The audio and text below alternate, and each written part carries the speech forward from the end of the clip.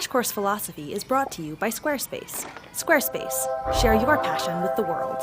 Imagine being alive when Albert Einstein was developing his theories of relativity, or witnessing the birth of psychology as Sigmund Freud and psychoanalysis took over the scientific mainstream. The early 1900s was an amazing time for Western science. There was another figure on the intellectual scene when these great minds were at work. Young philosopher Karl Popper was born in Austria, Freud's home turf, but built his career in Britain, giving serious consideration to the new ways that these and other scientists of the time were thinking about the world. And after looking at different methods that people like Einstein and Freud were using, Popper came to an understanding that not all scientific achievement was created equal. He ended up making an important distinction between science and what he called pseudoscience. And in the process of doing this, he taught us volumes about the nature of knowledge itself and how we can best test it and challenge it to bring us closer to the truth.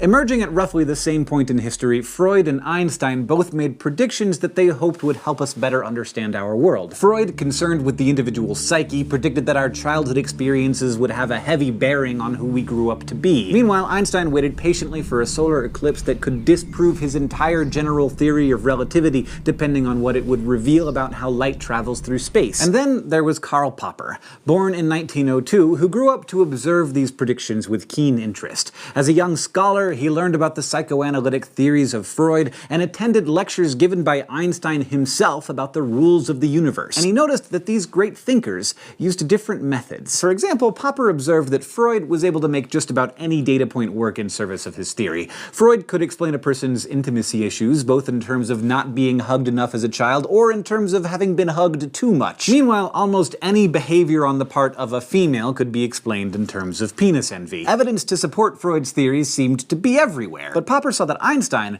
was making a different type of prediction. Instead of looking backward and using past data to predict the present, he was looking ahead and predicting future states of affairs. Einstein's theory was truly risky, Popper realized, because if the future didn't match his predictions, then his theory would be conclusively disproven. If the results of the solar eclipse in 1919 had been different, general relativity would have been finished. Freud, on the other hand, could always just read the past differently so as to maintain some kind of confirmation of his theory. Suddenly, Popper understood the difference between the science that Einstein was doing and what Freud was doing, which Popper rather snootily referred to as pseudoscience. Now, whether psychology today is considered a hard science or a social science or some other kind might be debatable, but you won't find many mainstream thinkers who consider it pseudoscience. But still, nearly 100 years ago, when Popper was reaching these conclusions, no modern philosopher had really characterized what science truly meant and what the implications were for the pursuit of knowledge. The traditional understanding of the scientific method, going all the way back to the ancient Greeks, relied on the belief that to look at the world with a scientific eye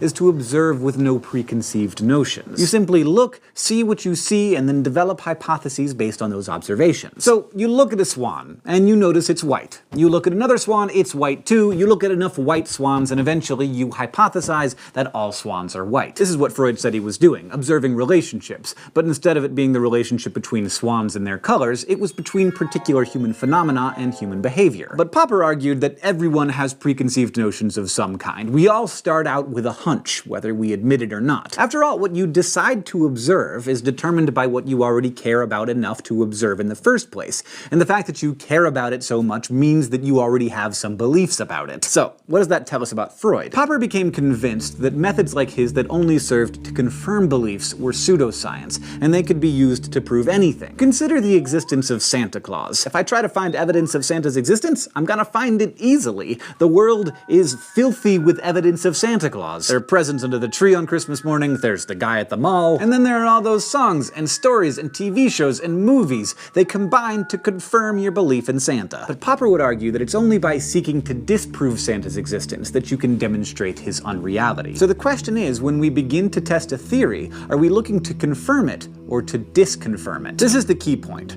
For Popper, science disconfirms, while pseudoscience confirms. He elaborated on this insight by establishing a series of distinct conclusions about science and knowledge. First, he said, it's easy to find confirmation of a theory if you're looking for it. Remember the presents under the tree? If you're looking for proof that Santa exists, you're not likely to keep searching for contradictory evidence after that. Second, confirmation should only count if it comes from risky predictions, ones that could actually destroy your theory. Because Popper observed that every good scientific theory is prohibitive. It rules things out. This might sound strange because no one wants to be wrong, but Popper says that every false belief we discover is actually good, because that gets us that much closer to believing only true things. Next, Popper argued that the only genuine test of a theory is one that's attempting to falsify it. So if you were to test for Santa's reality, your method would require you to try to prove that he doesn't exist, rather than proving that he does. So you stay up all night waiting to catch him delivering his presents. This is risky, because if the person who actually shows up to put presents under the tree is your dad, then you've destroyed the Santa hypothesis. On a very similar note, Popper also pointed out that irrefutable theories are not scientific. If it can't be tested, then your theory doesn't have much value. Like, you can only confirm that Santa is real by doing everything in your power to prove that he's imaginary, and then failing to do so. So you need to be tugging on Santa beards at the mall, you need to investigate reports of Santa sightings and other weirdos caught breaking into people's houses through their chimneys. If you want to be able to really trust in your belief in Santa in a genuinely scientific way,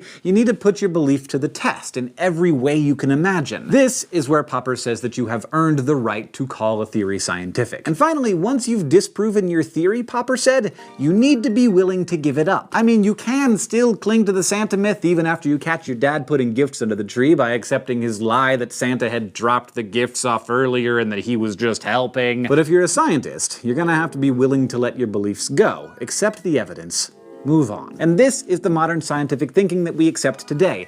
Testable, refutable, falsifiable. You don't seek to prove scientific hypotheses right, you only prove them wrong. A lot of this might seem so obvious that maybe you're wondering why we're even talking about it. But that's how right Popper was. He was one of those rare philosophers who actually managed to hit on an idea so right that we don't even really argue about it anymore. So it sounds like I've been talking mainly about science all this time, but Popper and his insights also tell us a lot about knowledge in the philosophical sense. For Popper, knowledge was about probability and contingency. We are justified in believing whatever seems most probable given our current data, and we should always be willing to revise our beliefs in the light of new evidence. In other words, our belief should be contingent upon the data themselves. This would not have satisfied Descartes, who was always concerned about certainty, but Popper never thought that certainty was possible in the first place. If anything, he thought being certain of something causes you to close your mind, and that's not what we want. Always remaining open to the idea that your current beliefs might be wrong is the best way to get closer to the truth. So where does this leave us? Remember, we started out trying to prove that we know the things we thought we knew. But you have to be open to the idea that your beliefs might be false,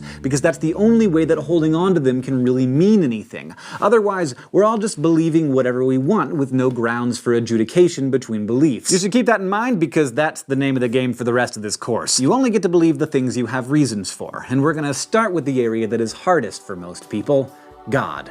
Hope to see you there. Today, you learned about Karl Popper and his insights into science, pseudoscience, and knowledge, which might best be summarized as science disconfirms while pseudoscience confirms. This episode of Crash Course Philosophy is made possible by Squarespace. Squarespace is a way to create a website, blog, or online store for you and your ideas. Squarespace features a user-friendly interface, custom templates, and 24/7 customer support.